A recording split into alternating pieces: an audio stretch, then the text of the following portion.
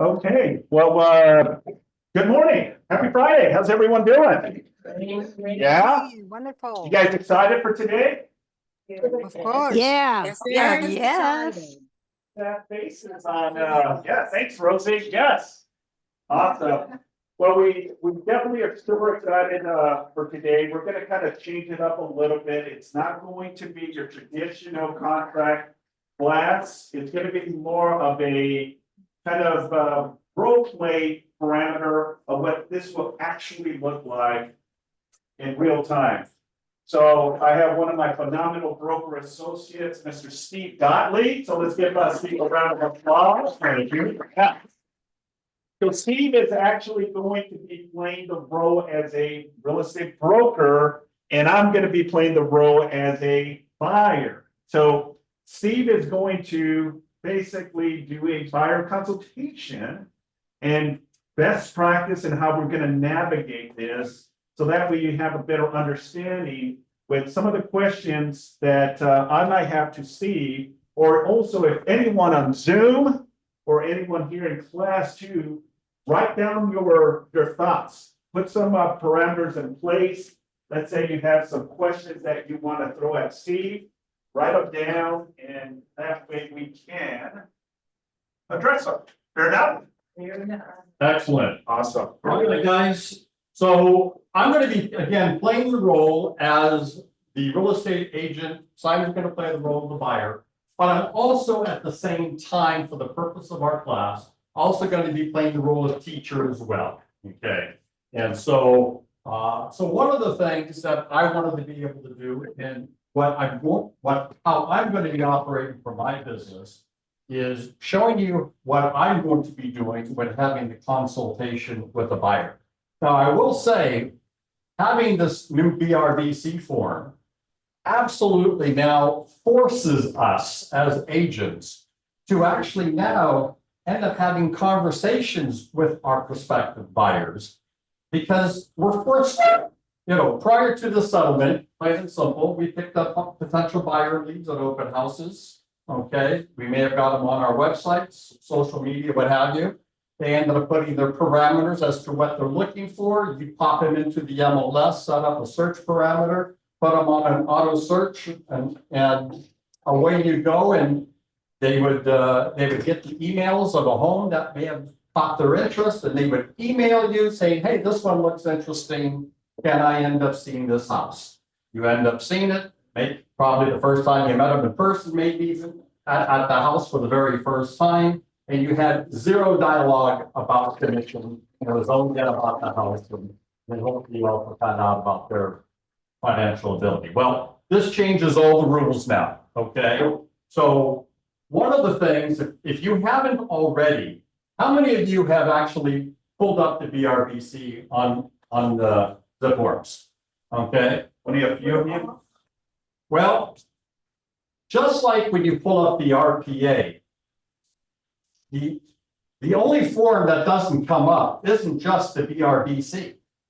All right, there are numerous forms that accompany it. Matter of fact, there are a total of around 7 different forms encompassing over 14 pages of documents. So, one of the things that I decided for my business practice is, if we're going to end up having a face-to-face meeting with a prospective buyer, hold that one thought. Rosie, did you have a question? Yeah, the question was, I think it was answered, but I don't know if some people will know that once the 3 months are expired, you could extend it by using an addendum or an extension of time, right? That is correct. All right. And we'll get to that. Kind of hold your questions dealing with the BRBC as we get them in order, and we will get to them as the class progresses. Fair enough. Okay. Thank you.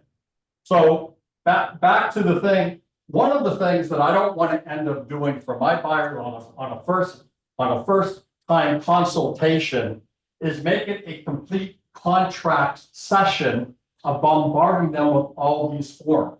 Matter of fact, in addition to the BRBC, okay, we end up having a whole variety of them. Okay, that's part of it. And it includes the AD, the PRBS, the BIA, the CCPA, okay, the broker compensation advisory, and then the seller, and the, I think that's about it.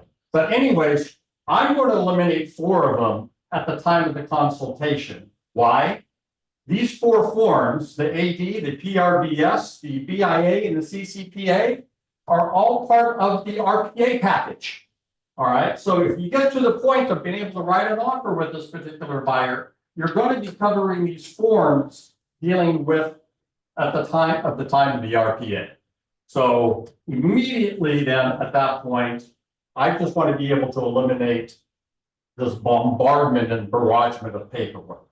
Okay, I'm not saying for you to eliminate it totally, because you can, because we still need it for our transactions. But at the time of our consultation, you know, this poor buyer would end up just being, you know, totally in shock with all these forms there. So here we are. So now at that point, I now have Simon in the consultation room. Okay, and let's pretend I met Simon here at an open house. Okay, so he came in, we scheduled an appointment, and it's now for our consult, time for the consult. Well, Simon, it was a pleasure meeting you the other day at the open house. I'm glad you came in. You know, it may have been a little different from the last time you were interacting with a real estate agent, you know, because I'm not sure how much you've heard over the news and the media.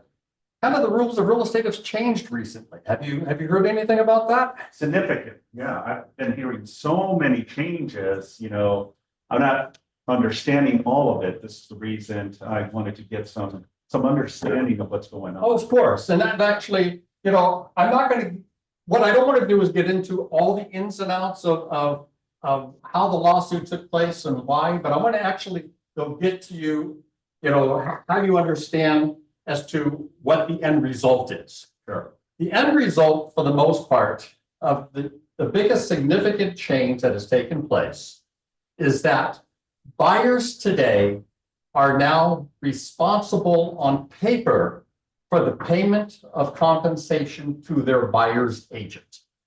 Okay. So if I'm hearing this correctly, you're saying I'm responsible to pay you a commission? Ultimately, that is correct. There is a big however, though. Okay. The however is, it is a very good probability that you probably won't have to end up paying the commission out of, also known as compensation, out of your own pocket. And the reason for that is, although the overall rules have changed, it is a high probability that my compensation for your representation will be paid for by the seller still. The only difference is that the seller is not obligating themselves to it on the front end. Gotcha. Okay. Now, I really want you to understand although the rules have changed, if you really think about it, buyers have always been responsible for making commissions happen, for the payment of commissions. I didn't know that. Yeah. I mean, this is not. Would you like to know how? Yeah, this is not my first time buying a home, so I'm surprised because my previous agent never told me about. Well, that I was want you really to think honest. about it. Now, prior to this legal settlement that has just taken place, everyone thinks seller pays the commission. Is that correct? Right. Yeah. Well, but ultimately, if you really think about it, it really was from the buyer, because if there was not a buyer to have bought that seller's home, there was no money for the seller to pay any commissions to anybody. So ultimately, it always stems from the buyer to purchase the home in order for a commission or compensation to be paid. Gotcha. Okay. Okay. So here now, really the big difference for buyers is, prior to this settlement, buyers never was required to sign any paperwork that obligates them for payment to their broker. Got it. Okay. There were these contracts called buyer representation agreements that were optional for buyers and their agents to utilize, of which I will say 98% of the agent population out there did not use them. Yeah. Buyers were free to go from agent to agent out there, and that's what they did. And then they just got compensated when they end up selling you a home. Right. Okay, so that really, now on the flip side, just so you have an understanding, from the seller side, because the seller is not contractually obligated to pay to pay a buyer's agent, they have no agreement or no paperwork with their listing agents. And the biggest change that has also taken place is on our MLS system, where agents used to know the commission rate that was being offered from sellers who were paying commission. That is no longer being posted on the MLS system. So now buyer agents need to be able to find out if a seller is willing to pay. But here's the good news. Even though you'll be signing a representation agreement that obligates you to pay me a commission if we get to agreement. Right. If the house you want to buy, if the seller ends up agreeing to pay a commission, whatever that amount is offset against your obligation. Got it. Okay, so as an example, if we agreed that you would be willing to pay me 2.5% upon a successful closing of escrow on a home you purchase, and a seller now agrees to be able to pay 2.5%, you will actually owe me zero out of pocket because I'm getting compensated from the seller. Okay. How does that sound? Well, that sounds good. Yeah, if I can eliminate from paying compensation. I mean, I know you're a great agent, but I was always the understanding that the seller agent and the seller would pay you the commission. That is correct. That's how it was. Got it. Okay. This is now the new rules of real estate. Got it. Okay. Unfortunately, we only have one sandbox now, and this is the only way we can play in the sandbox. Okay.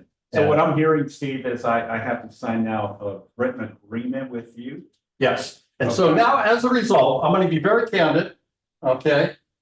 I got a bunch of paperwork here, and yes, there's a lot of print, and it's a lot, and it's very small. Okay. It seems scarier than it really is. And I want to take a few minutes now to be able to go over it with you. Can we sit down and do that? Yeah, absolutely. Okay, so here it is. Under no obligation, am I? Right now, you're under absolutely zero obligation. We're just, okay, got it. So go ahead and put the computer, the BRBC up on the screen.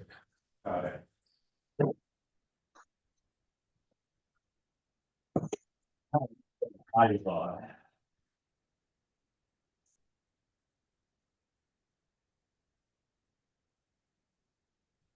Okay, people on Zoom, do you see the buyer representation agreement, BRBC? Yes.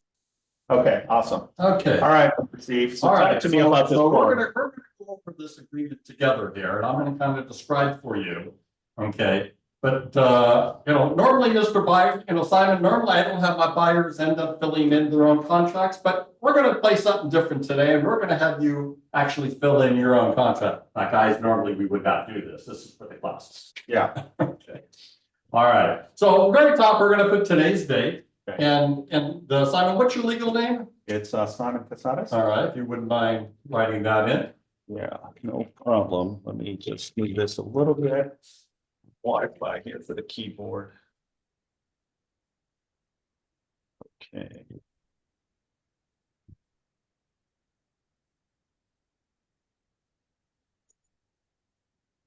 Oops, too many. All right, don't worry. I'm not going to get you on this spelling on there. Yeah. Right? No, it's the keyboard. All right, it's the Wi-Fi. Okay. It's the Wi-Fi. All right. Let's do this. Just leave Simon even, just leave. Okay. All right, so now we have, I want you to be able to then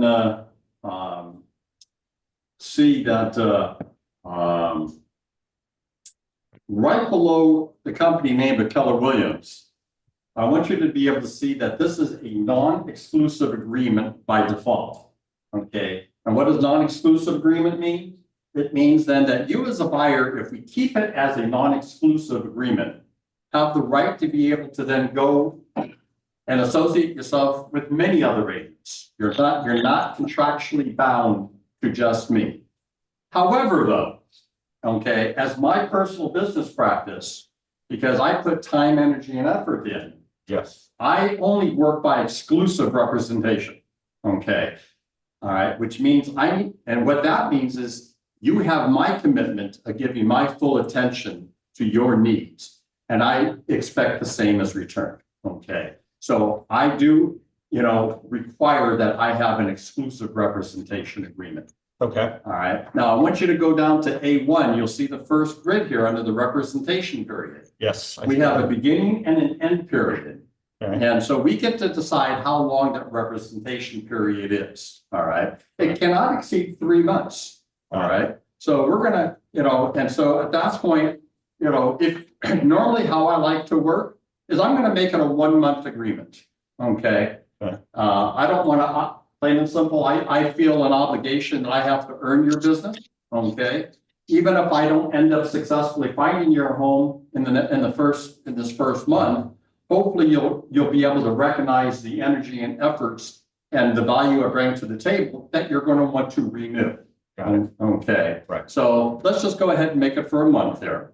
Got it. All right. But I cannot do this for longer than 3 months. So even if you said, Steve, I love you and the whole bit, I heard great things about you, I'll stick with you for a year. Our agreement can't be longer than 3 months. If we take it for longer than 3 months, actually the contract becomes void. It becomes a void contract at that point. Okay. So it's definitely one that it's important, guys, now speaking as agents. You must now check the box of exclusive in A2. And if that box is not checked, you do not have an exclusive buyer representation agreement. All right, so that is very, very important. It takes an active check mark, okay, by default. Yeah. And that has bearing because, and we'll get to it under the cancellation. I'll cover it when we get to cancellation then. Okay. So one of the things then, that we do here in this representation agreement, we can talk about the type of property you're looking for. Now, I will say, since you're intending on owner occupying, okay, that, and you want a single family home, most of your buyer clients won't have any problem on filling out this portion of checking the type of property in the city and the counties that they want the property to be located in. However, here's now the talking to you as the teacher aspect, okay? You can work with other buyers who put very narrow limitations on you because they may only want to work with you in a very limited capacity and have other exclusive representations with other agents. Who might that buyer be? An investor, as an example. Okay. Investors. Investors will be your prime one. So if you have an investor, your area of specialty may be Torrance. They may say, I'm only going to make you my Torrance. I'm only going to sign an exclusive for you for homes only in Torrance because I got other agents for Long Beach and Anaheim and San Pedro and what have you. That then will have to be a business decision on your part as an agent. Are you willing to have that very limited exclusive representation agreement with this prospective buyer? If the answer is no, then that buyer walks away completely. If the answer is yes, you then move forward. But it will now define. It doesn't mean that that particular buyer has carte blanche with you during the whole time of everything if that is not their desire. All right. So that's probably going to be a very limited subset of your buyer pool. But understand if you are working with an investor and they want to have very limited representation, you can do that and probably should, be able to accommodate that. All right. Got it. And so All right, so what's this section here, Steve? Property type, is Well, that? this property type, this here is really kind of where, it's really more almost where I almost call it, it's our pre-qualification of really almost talking about the types of properties you're looking for and almost even the specifics, okay? You know, if you actually jump down to C, under additional buyer preferences, Mhm. you're gonna see that it references a form called BIPP, all Yes. right? And what BIPP is referred to, it's a buyer identification of preferences. And for those of you who are on the newer side who haven't really worked with buyers yet in a live consultation of what are your desires, you know, of what are your likes, what are your dislikes. This form here, form BIPP, kind of zeroes in even further, you know, with regards to, you know, do they want a single family home? Is there a minimum square footage? Do you want it to have a pool? You know, certain kind of appliances. They can kind of start, do you want a big yard? Do you want covered patio? You're able to really start narrowing down on the buyer preferences of the likes and you know, distinguishing between likes and wants or wants and needs. Well, You know, Steve, I'm a guy, you know, as long as I have a garage that can fit on my classic cars and I have plenty of space for. which is perfect. And Yeah. so, you know, and so let's go ahead and just write that basically anything and, garage.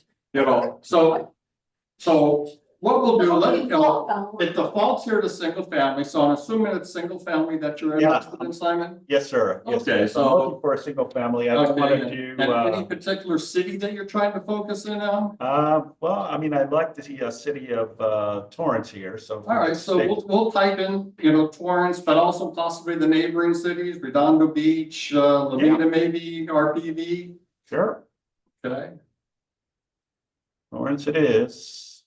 Okay, And this also could end up being, for instance, if there is a maximum price range as well, you're able to see not to exceed, price not to exceed. You can be very specific, but you don't need, there really is no need to be that specific on the representation agreement, okay? You know, I will say probably as a word of advice, the more general it is on the representation agreement, the better it is for you. The more specific it is, it now handcuffs you as the agent. All right. Not saying you can't, but on the representation agreement, it really is not a requirement. gotcha. Okay, All right, so let's move forward here. So one of the things I want us to drop down on is section E. Do you see the section where it's gray highlighted? yes. Okay, and do you know why it's highlighted? Well, I'm assuming based on the highlight, it's that all conditions are, based on what it says here, that all conditions are negotiable. That is absolutely right. Matter of fact, one of the things that has really come out of this settlement here is the powers that be really want to make sure that the general public has an absolute knowledge that commissions are not fixed, they are not set, and they are absolutely 100% negotiable between themselves and their agent. Matter of fact, it is so much a fixture. We also have a 2-page form that is now created that you now need to sign, that you have read and agreed to it. That's referred to as the BCA, known as the Broker Compensation Advisory. And again, the long and short of the Broker Compensation Advisory, just to let you know that conditions are what? 100% negotiable. Okay, so just like the commission between you and me are 100% negotiable. So I'm going to go ahead and start, all right? And I'm going to say I'm going to charge you 8%. So it's your turn. What would you like for me to charge you? I just said 8%. 8%. 8%. What would you like? What would you like to pay. I mean, I know you've been in the industry for a long time. You were highly recommended, but I can't afford to give you 8%. You want to say 1? I feel more comfortable, yeah, doing 1%. Well, 1's not acceptable to me. How about 6? I can't do 6. No? No, You want to do 2? no, I'm good with 1%. Well, I'm not going to, I don't work at 1%. Okay. If we can come to an agreement, let's say at 2.5%. I am more than willing to be able to give you my all at 2.5%. Yeah, Steve, that's reasonable. I think I'm okay giving 2.5, but if we can try to get that from the listing side or the seller, with all of your negotiations, that's kind of the direction I would like to go. Absolutely. So let's go ahead and put 2.5% right there. And Simon, just so you understand, and it's not just, shall we say, lip service, okay? I want to show you a document that supports what I say, okay? Because in the purchase agreement, it references it in the purchase agreement that there is a separate document that gets submitted. And it's our CAR form SPBB. And what SPBB stands for is seller's payment for buyer's broker compensation. Mhm. All right. Okay. And it shows it right here on SPBB. I'm going to scroll all the way down to the bottom of SPBB. I don't know if it's going to show up on this form. I might have to, let's see. Oh, no, you'd have to go back out, unfortunately. Yeah.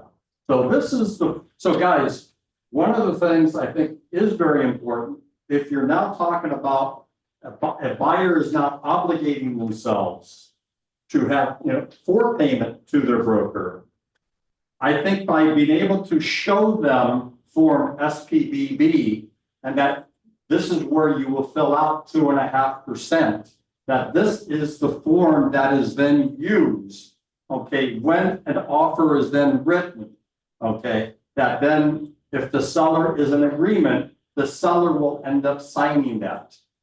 Now, again, another little side note, it is real important when writing the RPA, writing the offer, that there is a box that must be checked, okay? In order for this form to be valid, if that box is unchecked, I am not sure if this form then carries the validity. I'm not sure if that would be a seller's out saying, although I signed this form, but when I reviewed the RPA, the little box saying I agreed to it was not checked. So I don't know about you, but I don't want to be the test case to find out if that ends up being a seller's out because you did not check a little box. So, prior to this settlement, prior to using these, almost nobody used SPBB. So on every transaction now, when you are listing agents, double check to see if SPB is checked. All right. But when you're the buyer's agent, please make sure SPB is checked. So just to add to what Steve was saying, when you are ready to submit an offer on the purchase agreement under G3, when you check that, it typically will also populate this form, the SPBB form as well. All right. So this is the settle payment to buyer broker. Right. And so what would take place is we would end up right there under 1A, putting 2.5%. Now, also on the SPBB, guys, what's real important, I want you to pay attention to this line right here, the bold underline line. Even if you submit SPBB, seller is under zero obligation I'm gonna get off this meeting. if you do not have a signed buyer representation in hand. All right, if this has not occurred, nor will this. If buyer representation is not signed, seller is not contractually committed, okay? Even if there's a signature on it, he's not committed to it. You have to be able to have the active buyer representation agreement in hand. All right, and it needs to be an active representation agreement. You know, what will need to happen, you know, what might happen to some of us if we don't pay attention. Again, these agreements are only now for a period of 90 days maximum. Let us then say, my agreement with Simon was for how long? How long was our agreement for? 1 month. 1 month. So let us now say, okay, we now went a month, we now went 3 weeks. Okay, let's say we went 28 days. He now sees a property that he likes. It's day 29. I write up an offer. Listing agent says offers will be evaluated 3 days from now.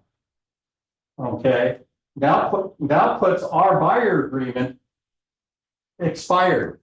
I don't pay attention. I'm so excited I wrote up an offer for him. Okay.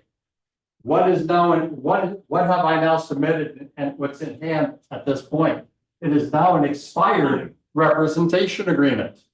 So I just want to be clear here, Steve. So this seller payment to buyer broker, is this the form that you submit to the listing agent for compensation? And if the seller agrees to pay that 2.5%, what I'm understanding is that offsets my obligation of paying you compensation. That is absolutely correct. Absolutely, there would be 0 if they agree to 2.5. But what if they don't agree to this? Now, let us now understand, Simon, if in the event, let's say the seller says, I'm going to agree to pay 1.5%.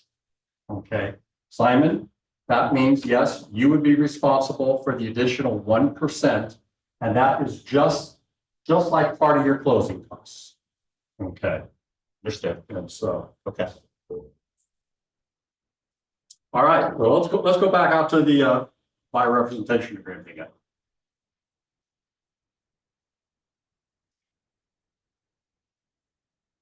And just so you know, guys, we're really spending most of the time on page 1 of this representation agreement.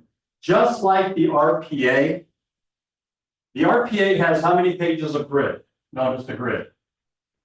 3 pages of the grid. Okay. Everything, and how long is our contract now? Our revised contract, how many pages put in total? 17. Okay. Everything beyond starting page 4 is written on the purchase agreement is all dealing with the details of all the terms. Same thing with this buyer representation agreement. Everything predominantly beyond page 1 is then detailed behind it. So that's where most of this, our time is going to be spent. Okay.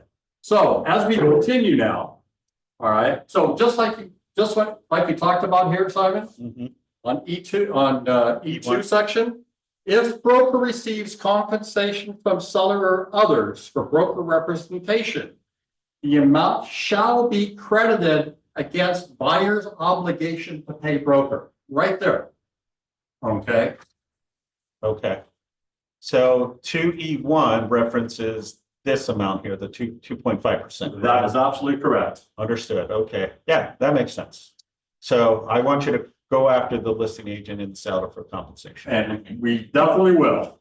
Excuse me, what is the C attached compensation schedule? What is the schedule? Well, this could be you as an agent. You could devise your own compensation schedule. Okay, like some agents may say, you know, my commission will be 2% for all sales up to $1 million. Okay, and it'll be 2.25% between $1 million, or actually, let's reverse that. Maybe 2.5% for the first $1 million, and then, 2.25, for $1.25 million, whatever it is. The higher the sales price, potentially lower the percentage. Okay, and that's a business decision that if you choose to do, you can do, if that's what you're going to do. Where would that go? You would present it to them. I understand, but where would you document it? On the same form? that No, you so signed it's a with the separate- buyer? That would be yeah, see compensation. You click on it, but you click on here, but it doesn't necessarily populate a new form. You can just create your own compensation schedule. I see. Just Correct. an email, like just a, Well, it would, you would still have a signature on it as well. Okay, so they understand because they still have to then agree to that compensation schedule. If they are agreeing to it. Okay. So, let's go to, E3 here. Okay. All right, this is a period, this is a clause, I don't like talking about this clause, but we gotta talk about it, okay? Every now and then, okay, there may be a home that I have shown you. All right, where I introduced the home to you, gave you the direct listing, showed you the home. And during our representation agreement, you were thinking about it or you passed. And you didn't buy it at that particular time. And then our representation agreement expires and you decided to maybe to take a break. But you decide afterwards to go, that one house kind of caught your eye. And you decided that let's go see it again. It was sitting at an open house and you decided to go directly to the listing agent and buy the house directly. Well, if that's the case, because I initially introduced you to that home, I have a contractual right to be compensated if you were to end up buying this home. And so there's a period of time that, shall we say, I handcuff you, all right? That if you were to do it and even use another agent to do it, it's a situation where I'm allowed to be compensated. So am I responsible or is the agent that represents me responsible? On this contract, okay, if you were to do it, and you would be responsible for it. So I really advise not to do that. And so, but this is our protection clause. So Now, can we agree to a time frame? I only work by 90 months. But if I don't, 90 days. 90 days. So I'll give you three months. After 3 months, all right, if it's still available and you decide you want to buy it, not using me, I don't know why, but if that was the case, yeah, 90 days. Okay. 90 days. I mean, that seems like a long time. What if we split it? I mean, I'm stuck at 30, you're stuck at 90. What if we met in the middle of 6 days? Well, we could do that, but Simon, I'm gonna ask you a question. Bless you. Okay. If at that point, you know what I bring to the table, okay, I'm gonna be working hard for you. Would there really be any reason why you would be not utilizing my services anyways? Well, you're saying that this is a continuing right.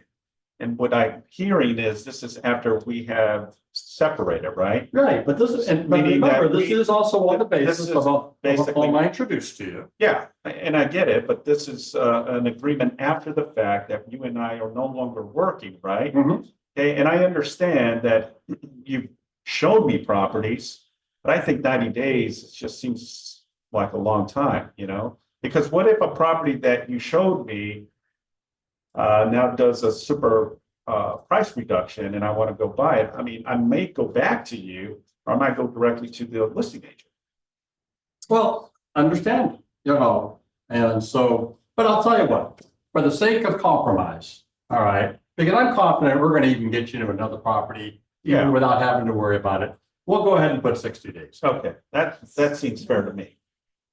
Okay.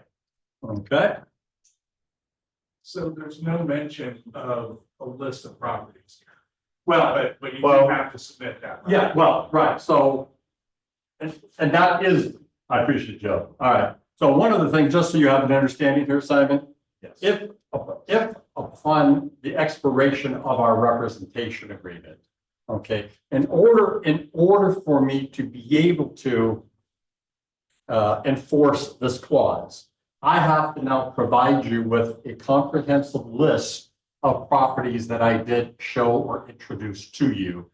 That makes me eligible for that. If it's not on the list, it doesn't make me eligible. Understood. Okay? Yes, sir. Okay. I'm good with that. And so here is the cancellation rights. If this was a non-exclusive representation agreement, all right, it can be canceled by either party without any notice at all. Non-exclusive is like, I'm done. Buyer says, I'm done with you. You could say, I'm done with you. All right. Under an exclusive buyer representation agreement, all right, it requires either party to get a 30-day notice to each other. Now, in our particular case, with the 30-day representation agreement, it's not a big deal. But if you end up having a 90-day representation agreement, and you realize already on week 1, you're having some issues, for whatever reason, okay, either party can give the other 30 days notice. And hopefully within the notice though, hopefully at that point, the notice hopefully is not to end the relationship, but really to be able to help remedy why is the other given one's notice, for what purpose, and can we remedy whatever the issue or issues are to get the train continuing moving down the track. Okay, but if it's a non-exclusive representation, it can happen on a dime. Exclusive, 30 days. Okay, well, if I understand this, Steve, because we have a mutual agreement and an exclusive, either yourself or myself would have to give a cancellation rights, a minimum of 30 days. That is correct. Okay, That is absolutely right. got it. Now, let's go down to, let's talk about G2. Okay, other financial considerations. So Simon, I'm going to ask you a very hard, direct question. We're agreeing to 2.5% compensation if I end up finding you a home, correct? Yes, that's correct. Okay, and obviously, we're hoping that a seller is willing to pay my compensation. Right. Okay, it's actually, and really what the reality is it's actually the seller agreeing to compensate you your obligation. Because again, you know, kind of the new rules, kind of the new lingo that we're dealing with, all right? That they're relieving you of your burden of having to pay my compensation. But let us say we find a home you fall in love with, and it's in your price range. But we have a seller who now says, I'm not paying a nickel of compensation. Do you have the ability? Both. What I need from you is I need to know, A, do you have the ability? And B, do you have the willingness to be able to pay my 2.5% compensation? Those are the two key questions. That's a lot of money, Steve. You know, the base price point that I'm looking at is around 1.2. At 2.5%, that's a hefty amount of money. Well, let me just kind of go to the black and white of it first. First, just the black and white. Yeah. Do you even have it, or do you only have just the sufficient funds just for down payment and existing closing costs? I think I have the. Well, let's amount to do for so. class sake, let's first pretend that you only have enough just for down, and you don't have enough for a compensation. Sounds good, Steve. I mean, I'll be honest with you. I've been saving up my money for years to be able to get to this level of home ownership. With closing costs down payment and just trying to get the rate that I want, so I'm comfortable with the monthly payments, I might be very tight that I might not have enough to pay you compensation. I understand. And you know, I will say, this is probably one of these moments of what is the biggest change of these new rules that have now come into this real estate world of ours? Okay. If there ends up being a home that you want to purchase that is in your price range, but you just don't have the funds, if in the event a seller is not willing to pay any compensation, then I'm going to end up saying, unfortunately, that house may not be for you. No different. And this is almost no different than what I tell my buyers when looking at properties of why then you should never go look at properties that are beyond your purchasing power. Because if all you can purchase is $1 million home, please don't go out looking at $2 million homes, because a $2 million home will always look better than a $1 million home. And when you start comparing your $1 million home to your $2 million home, it just won't compare. So just so I'm clear, okay. And I'm assuming the reason you're having this conversation with me is because you're also including your compensation as part of my down payment and closing costs. Right? Absolutely. Okay. Absolutely. Because in order to purchase a home, you know, you need to have an agent involved. Okay. Our contracts, remember, our contracts are 17 pages long, plus addendums, plus disclosures, plus investigations. You know, you need our professional guidance. And Okay, advice. so it makes sense, Steve. So maybe reducing my price point. You know, so that way, if this case and this scenario happens where I have to pay a commission, then I have the means to do so. Okay, then yeah, then let's change the price point from 1.2 to maybe 800 to maybe up to $1 million. There we go. There, I think I can pay compensation. Perfect. Perfect. Or maybe, right, show a few different properties and make a few different offers to see which one financially suits the. Oh, absolutely. And that's why I'm bringing up this scenario in advance. Okay. Right now, we're in the middle of buyer consultation when I asked them this very direct question. Right. Okay. Can you get any more direct than what I just asked? No. Okay. This was a very direct question purposely,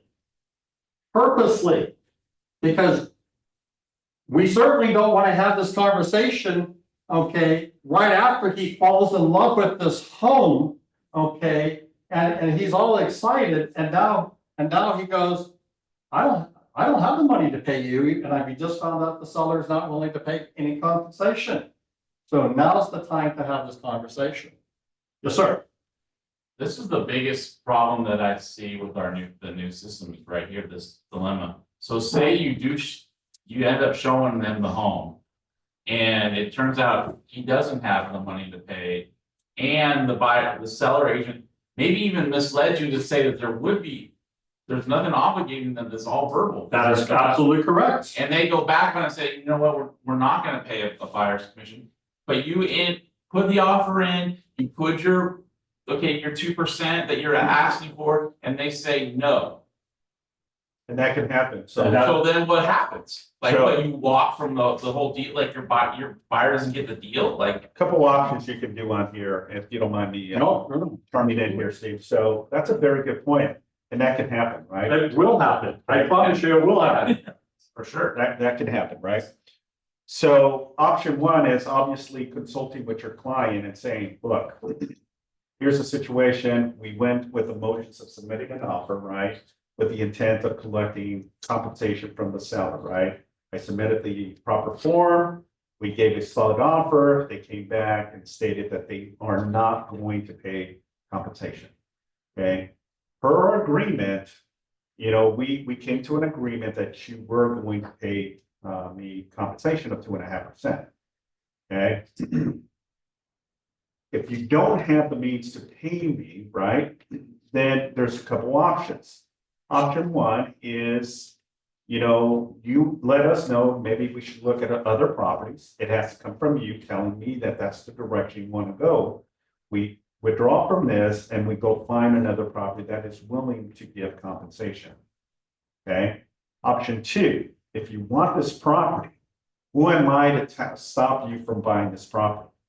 But because there's no compensation from either side, let's just say that you don't have the means to pay me, then I have to make an executive decision. I am not going to work for free. There's too much time, effort, and energy, but I'm not going to stop you from buying this property.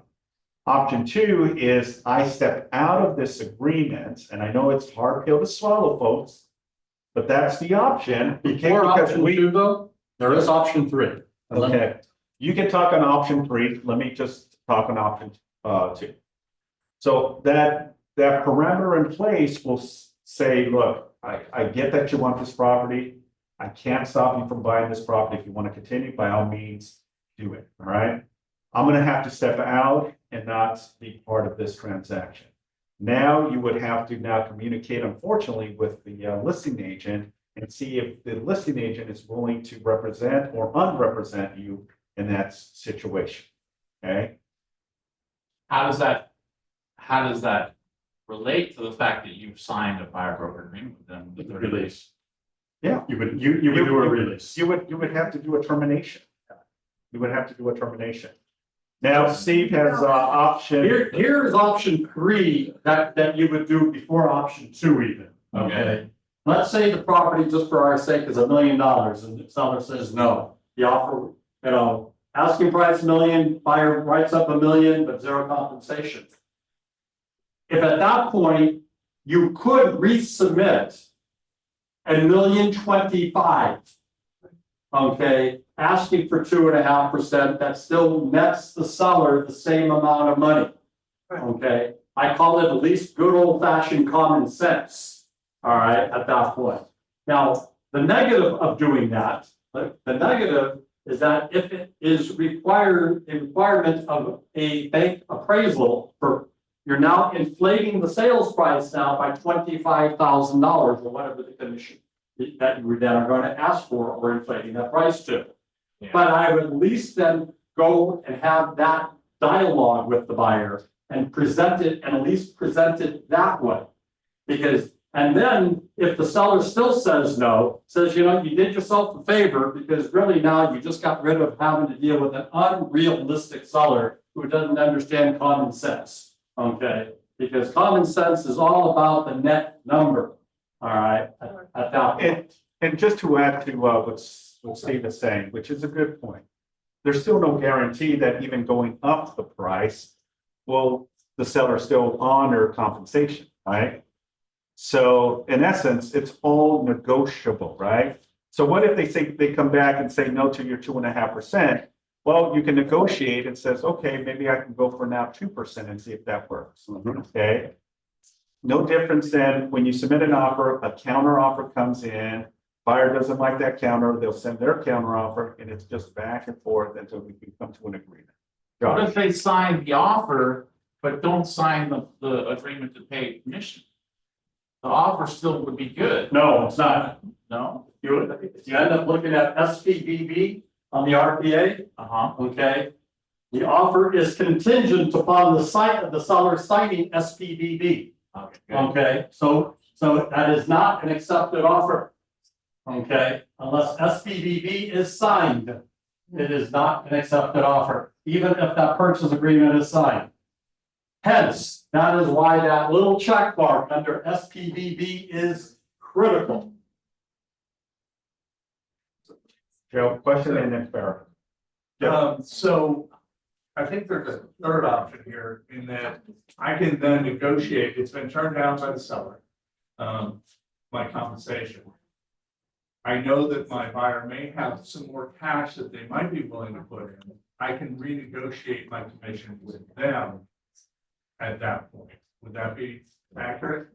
Well, you can do any form of negotiation to get to an agreement amongst the parties. Okay. You got three parties. Okay, you got a seller, you got a buyer, and you got a buyer's agent. Okay, so it's negotiation 101 at that point. If you can get to an agreement of all the parties are then happy enough to sign, okay, may not be happy at least, but happy enough to sign, you can move forward. And at that point, I just submit another buyer broker agreement, stating my adjusted compensation. That is correct. The Because I've modification. spent 4 months working with this guy, and he's gonna buy this thing through the listing agent if I don't work something out. Right. Got it. Sarah? But the option two that you mentioned to back up, so you take yourself out of the, picture. But the buyer still needs to go work with the listing agent. Listing agent is probably not gonna work for free. Probably So not. then the buyer has to sign a, buyer broker agreement with the listing agent and gets compensated. So how would that solve anything? Well, the answer is that there may end up being a listing agent who is willing to work for next to nothing. Okay, so to be able to secure their commission on the list side, let us say that listing agent recognizes, I got a headache and a half of a seller. Okay, yeah, have we ever had those every now and then? Okay, that he's overpriced and the place looks like he won't listen to anything you say, any recommendations, and you go, why in the world did I take this listing in the first place? Well, all right, had good signage. All right, but and so he or she just might do it just to almost secure their listing commission, potentially. Now, I wouldn't, because you're taking on double duty, double liability, and the whole bit. So I personally will not. Okay, and so, but one could, or they may have an agreement with the seller may say, I'll pay an extra just 0.5%. So- if you do. Yeah, let me add to it. So if you know where the listing agreement, there's 2 categories on compensation, your compensation, and there's another section under C2 of the listing agreement that provides compensation to the listing agent for a unrepresented buyer. So if you put something there, that means that the seller has authorized you to work with an unrepresented client. Okay, if you leave it blank, then the only course here is, to get a buyer representation agreement. But now going back, if the seller is not willing to pay, then you're in a position that the buyer would be responsible. If the seller's not going to pay a compensation, then, does the buyer work with no representation? That's going to be the question. Can you go back after you sign the listing agreement? And if you left that box, unchecked, can you go back to the seller and say? that Absolutely, of just course. in case, then you need Absolutely. to do a modification again? Yeah, you would do a modification of terms on And the then listing. that would be part of That is the, correct. Everything in this business can be renegotiated. Okay. Everything. All right, cool. Let's continue, Steve. All right, so let's see, so continuing on then, actually, now let's go to page 2. Okay. Really now from here on, really is now just kind of the verbiage, kind of in longhand of everything that we have really discussed on the first page. Now, I'm going to be leaving you copies of everything that you're signing here. Got it. Okay, and so, at that point, I'd rather take the extra time that we have today to be able to discuss more of really now what your needs and wants are of what you're looking for. So what I'm seeing here on the form, I'm assuming that these sections here, like A2, B, 4B, that means it's a reference, right? That is absolutely correct. Okay. So, so you just go to the part of the contract that references, and it'll end up telling you a little bit more in depth, really kind of what we verbally already covered. But, and if you have any questions on any of these, Yeah. obviously contact me. I'll be more than happy to be able to discuss them in more detail with you. Got it. No, I think, yeah, you're pretty thorough here, Steve. I think I got the understanding and the logistics of what we're trying to accomplish. I mean, obviously, there's a lot of moving parts. My number one priority and goal is obviously to, be able to purchase a home. This is your expertise, and I'm hoping that with the negotiations and the skills that you have, that you can, find that right property for me. and in hopes that the seller will, pay That's compensation. my goal. If you don't buy a home, I don't Yeah. get paid and I don't have another happy client. Right. All right, cool. Awesome. So let's go ahead and go with some of the questions that we have here on Zoom. And again, just to go back to the contract, it's pretty self-explanatory. I wasn't going to go heavy deep into this. I did a recording several weeks back on the buyer representation agreement where we outline all of the paragraphs here. But again, just get the buyer to sign off and initial, and that's all you need to get a executed buyer representation agreement. All right, Steve. So you ready for some questions Sure. here? Let's go back Let's and go. see. All right, so the first one from Rosie says, since the broker buyer agreement compensation expires in 3 months, shall we extend it by using an addendum or an extension of time, right? Either one. Yeah, so that's Either one. an extension of time will allow, it's no difference than, no difference in the listing agreement, right? Right. The listing agreement, if you wanted to extend the listing agreement for an additional 90 days, you would do an extension of time addendum. No, stand corrected. It's the modification of time. Modification. The modification of time, the form MT. So the MT form will be utilized. You're going to reference the buyer representation agreement, BRBC, and reference to the modification of terms, Rosie. There you go. All right, so boom, boom, boom. Next question. Can I go to an open house with my client without a BRBC? The answer is yes, you can. Yeah. You can also give your client a stack of business cards or educate them as well and say, hey, when you go in an open house, if they ask if you have representation, just say, yeah, I have representation. My agent is so-and-so with so-and-so company. Okay, they may still ask you to sign in, just follow their protocol and procedure of what they are asking at their open house. All right, next question. So it would be better to type a neighborhood city without it. So would it be better to type a neighboring city with it? So here's the thing, going back to the buyer representation agreement, to cover all bases, I would include the county. So if the buyer is looking for a specific city such as Torrance, that Torrance also has Redondo Beach, Manhattan Beach, Palos Verdes, Carson, Lomita, so on and so forth. Cover all bases because you just never know. They may the South Bay. Yeah, South Bay or LA County, and that covers all of the cities. Okay, but if they're very specific that only the city of Long Beach, city of San Pedro, then you can also emphasize on that. So okay. How do you keep track of the buyers who go to other agents and purchase the property after expiration and the contract still have, for example, 90 days? Well, it's going to be hard. That's tough. It's very, very tough, Rosie. And it's a good point, a good question. The only way you're going to be able to know if they go is gosh, it's That would almost be almost a full-time position. that's going to be like an Yeah. investigator. Not exactly. The only way, Rosie, is through public information, right? Is if you have their information and meaning their names, and let's say it's a husband and wife, you happen to find a property and you go through their property profile and you see that it is those names. It's a tough thing to prove. Okay, but it is. Just stay on your radar.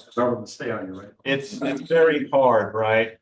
But because you already have some understanding and knowledge of areas that they're looking at, you can always check to see what properties in that area. So let's say that I'm looking in Torrance and that was the area I was looking.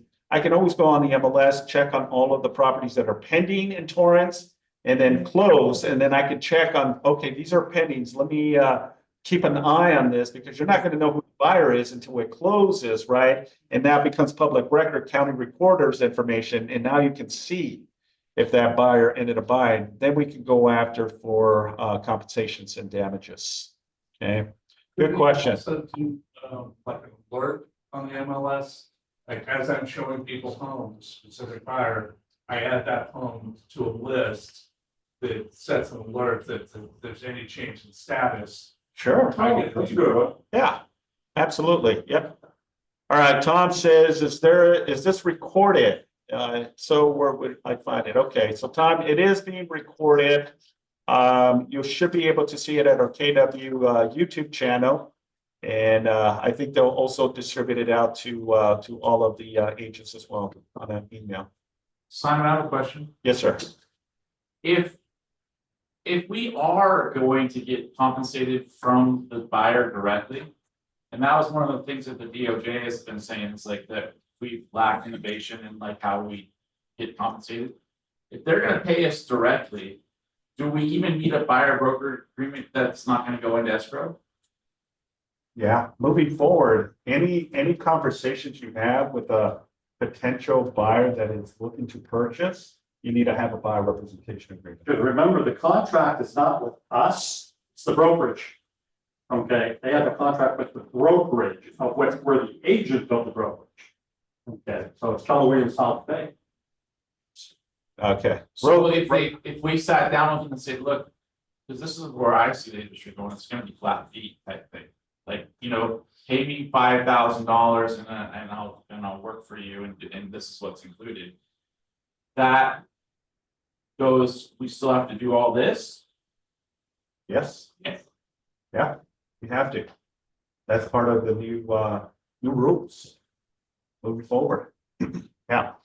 Rosie has another question. If you have a buyer who said, why should I use you as an agent and pay a commission, as I can go and ask the listing agent to represent me and no to any commission? I mean, yeah, I mean, if a question comes in that direction, I mean, you know, it's a valid point. It's a valid point. It is a very valid point. You can't stop the buyer from going directly, right? If they want to work with you and they see the value in you, they're going to work with you regardless, right? You gotta showcase your value of what you bring to the table for their benefit. Yeah. Okay, you know, if you're having a buyer that's already playing tug of war with you, Right. you know, I don't work with buyers who play tug of war. Okay, the business is already tough enough with external issues that I don't want to have to end up playing tug of war with my own clients. All right, so if they don't understand, can't see based on already what I presented to them, and that they're choosing, it's like, thank you, you saved me a lot of headache and heartache. Yeah, I'm gonna spend my time, energy, and effort finding the client. Yeah, who wants to do business. Exactly. So to kind of answer your question, Rosie, this is how I would approach that. Look, you're more than welcome to do so, but there's no guarantee that the listing agent will even entertain a buyer. Because remember, the listing agent's responsibility is to take care of the seller's best interest, okay? If the buyer wants or chooses to see if they can work with the listing agent, then by all means, you know, they may or may not. But remember, you're not the only one also thinking that. There's probably 5, 6, 7 other buyers that are probably thinking that. So what's to say that if you go directly to the listing agent, that your offer will be even considered? You know, if there's multiple offers, you may just be in the pool of that with no reinsurance. So this is the reason you should hire me to help you. I'm going to fight hard to get your offer accepted. Yeah, I understand that. It's just when they say, you know what, I may have to go to this listing agent because I cannot afford to pay you. That's the reason. But no, I like your answer. So yeah. Yeah, that's a valid point. One second, let me get through this real quick, Joe, please. Thank you, sir.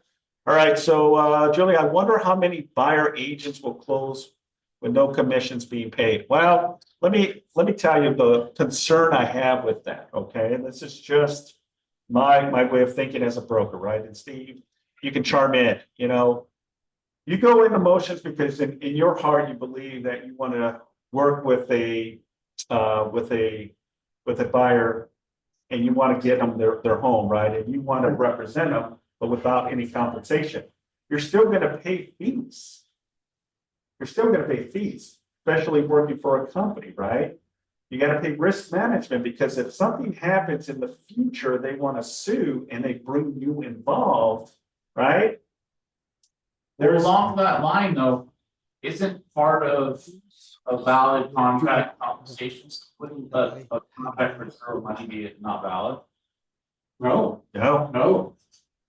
Preventative remember, we as agents, anything we say, because we are deemed the professional, okay, has validity to it, okay, has even potential built-in implied representation even. All right, so we have to be very careful. So something without compensation does not invalidate I wouldn't recommend working with no compensation. Okay, it's too much of a risk, liability, and if this ever gets escalated to a claim, you're gonna pay a deductible. Well, wait a minute, so I'm not making any money. Well, you shouldn't probably not Do you see represent it it. possible that our offices may end up creating a policy saying we will not allow zero Yeah. compensation? Yeah. As office policy? Yeah, Okay. and part of the agreement on the very bottom of the buyer representation agreement, it says about manager or broker approval. That the broker has 5 days to review this and decide if they want to or cancel that agreement. Again, it's not company policy, but it's probably something that we're definitely going to be looking at, that we don't want our agents working for free. Okay. Yeah, all negative and no positive Yeah. results. All right, let's continue with, you asked the listing agent for a referral. Yeah, absolutely. If you cannot facilitate, you can definitely say, look, I'm going to pass the torch. If you want to work with an unrepresented client, you know, I'm only asking a referral. Make sure that you have the proper documentation to back up that. And yeah, if they agree to it, then yes, unfortunately, that's another direction that the listing agent now has the compliance parameter in place that allows them to pay referral. All right, next one, Penny says, but doesn't mean that the buyer will pay more in property taxes. Yeah, so this was the question, if we'd raise the price to offset the commission. Yeah, Yep. that goes up on, you know, their mortgage payment, their taxes, their insurance. Yep. Anything that goes up in price, obviously all others go up. So yeah, that's part of the process. Buyer will pay property taxes based on the purchase price. Yep, that's it. Okay, no, not necessary. Under B2, can you just write the counties? Yeah, absolutely. Counties and cities is perfectly fine. You will need to modify the buyer agreement before submitting and writing seller. Yeah, absolutely. So here's the thing. If you put a 2% on the buyer representation agreement, but now you know that the listing agent and the seller are willing to compensate 2.5%, you need to do a modification of your buyer representation agreement to increase it. Because remember, based on this new agreement, you're only able to get the maximum that your buyer agreement shows. They will match whatever's on the buyer representation. So if it's 2%, you're not going to be able to get that 0.5% that goes back to the seller. So modify it. Okay, 1 second. Let me just get through the last ones. So before submitting an offer, you make a new contract with your buyer and submit the percentage. That's correct. If you sign a 2.5 with the buyer, but you submit an offer for the property where the seller is offering 3%, you have to rewrite the contract. Not rewrite it, but just modify a form in saying that your now your buyer representation agreement showcases and reflects the 3%. That is correct. Penny, in my understanding, you only get 2.5 since the where are these? Okay, there it is. It's my understanding you only get 2.5 since the amount your buyer agrees to. That's correct. So if you have less, this is why educating your clients, putting a higher percentage wise with the goal, because you can always offset the amount that the buyer is obligated to pay you. For example, if I put 3% on the BRBC, right, and the seller only offers 2.5, I can say to the buyer, look, I'm okay with the 2.5. Don't even worry. I'm not going to ask for the additional. I'd rather do that than go back and modify and play this tennis back and forth. When you make a new contract, I think that's the same questions. I thought the seller pays 3%. And in previous class, they mentioned we will only get the original agreed. Okay, I'm not sure, Rob. So again, if the seller agrees to a certain percentage and you have a different on the buyer representation, it needs to mirror that amount. Wow, we got a lot of questions. All right, in default by the seller, and if they don't pay, the buyer will not. I'm not sure what that means. Yes, thank you. Find recording YouTube, search Simon. Okay, check the MLS once it's closed. Wheel slips are good. Yeah, yeah, that's a good one. Check the MLS. Okay, and Chris, can you explain the legal liability of working for free? Okay, so that's a very easy, right? You represent a client, right? You go through the motions, you handle all the paperwork, right? The deal closes and now there's an issue, right? The issue is the neighbor, right? Neighbor says, hey, by the way, did the seller ever tell you that the previous owner was encroaching on my property 3 feet? Okay, well, that was never disclosed. Now the buyer is going to be upset. Hey, did you ever find out if we were encroaching? Because the neighbor on the back now is saying that we encroach, but I don't remember the seller providing us with any disclosures, and we just created this $30,000 backyard patio area. Now what's going to happen, right? Well, the buyer's going to be very upset on that. You represent it. Guess what? If they get an attorney, you're going to get dragged. You're going to get dragged into that. Well, Simon, I didn't get paid a commission for this, right? Well, part of our insurance, folks, is there's a deductible that you have to pay, just like automobile insurance. Okay, so this is why I caution you. This is not best practice to work free, folks. Okay, because of those type of scenarios. Good question. Thank you. Yeah. Okay, thanks. KW South Bay had a rule that if a agent takes a commission under 2 point, it must be approved by broker. Okay, so thank you. That used to be the old rules before all this. This was probably about 10 years ago. So the policy now is all commissions are negotiable, right? We as a company, have the ability based on price terms and conditions to determine if we're gonna agree to giving the agent the opportunity to list the property or even work with the buyer. So that's a good point, but no, South Bay no longer has that. All right, so Joe, you had a question, sir? Yeah, going back to the point where the buyer decides to go directly to the listing agent. The conversation that I always like to have is, so do you really think they can adequately represent both sides of this? And also bring out the fact that dual agency is not permitted in a large number of states. Still lives in California. Yeah, So it is allowed here, but which is ironic because we try to protect buyers so much. But is that a valid conversation to have? yeah, absolutely. So state of California still allows dual agency. But dual agency doesn't mean an unrepresented buyer. That doesn't create dual agency. Dual agency creates when you're the listing agent and now you represent a buyer submitting an offer, but you have a buyer representation agreement and both buyer and seller come into an agreement and acceptance occurs, then that creates the dual agency. Okay. But the other scenario is listing agent and unrepresented buyer comes in. Okay, that does not create dual agency. The buyer's there to defend themselves. You can provide additional paperwork for them to handle, but you're not representing the buyer in this case. Okay, Make sense? thank you for clarifying. Yes, sir. Yes, Josh. Say you have a buyer broker agreement and you've agreed to a 2%.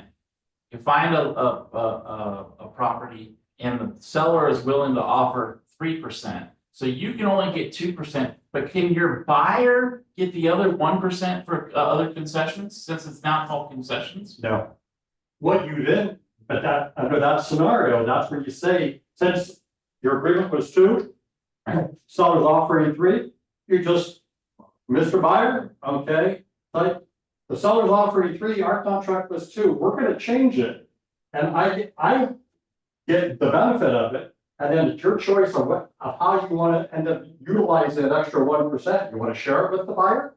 Okay, you can do it that way as an example. But you as an agent, as the buyer's agent, if you know in advance that the seller's paying 3 and your agreement is 2, okay, why would, there's no reason for you not to be able to modify your representation agreement prior to the submission of that offer and put 3% if there's the agreement in advance that the seller is willing to.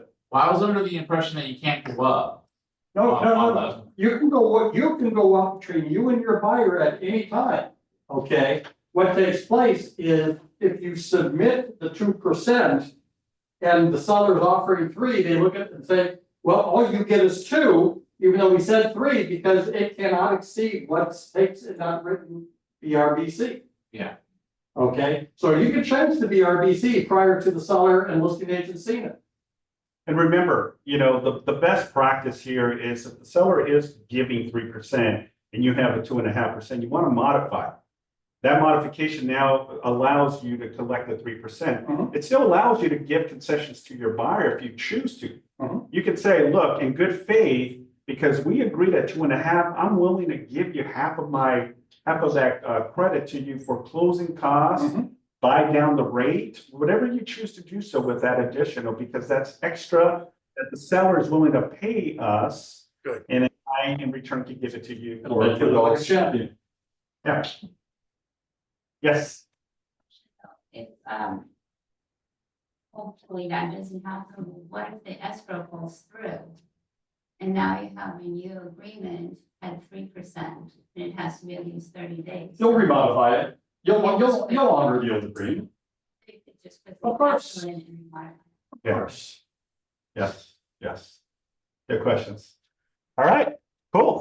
Do we have a last question? It's Tom here. On different subject, NAR is sending class action notice to past sellers. How far back are they going? Tom, I'm not sure. Not sure on that. So the only way we're going to probably find out is through online, social media, emails and all that. I don't have that answer, so. All right, team, well, that concludes our contract class. Thank you so much. Yes, yes, thank you. Thank you. Great class. Thank you, everyone on Zoom. I appreciate it. It was recorded, so if you want a copy, it should be on the YouTube channel sometime by this afternoon. So again, thank you. Thank you. Thank you Thanks, again. Simon. Thanks, Steve. Good. Thank you. Bye, everyone. Thank you. Bye. Bye. Good.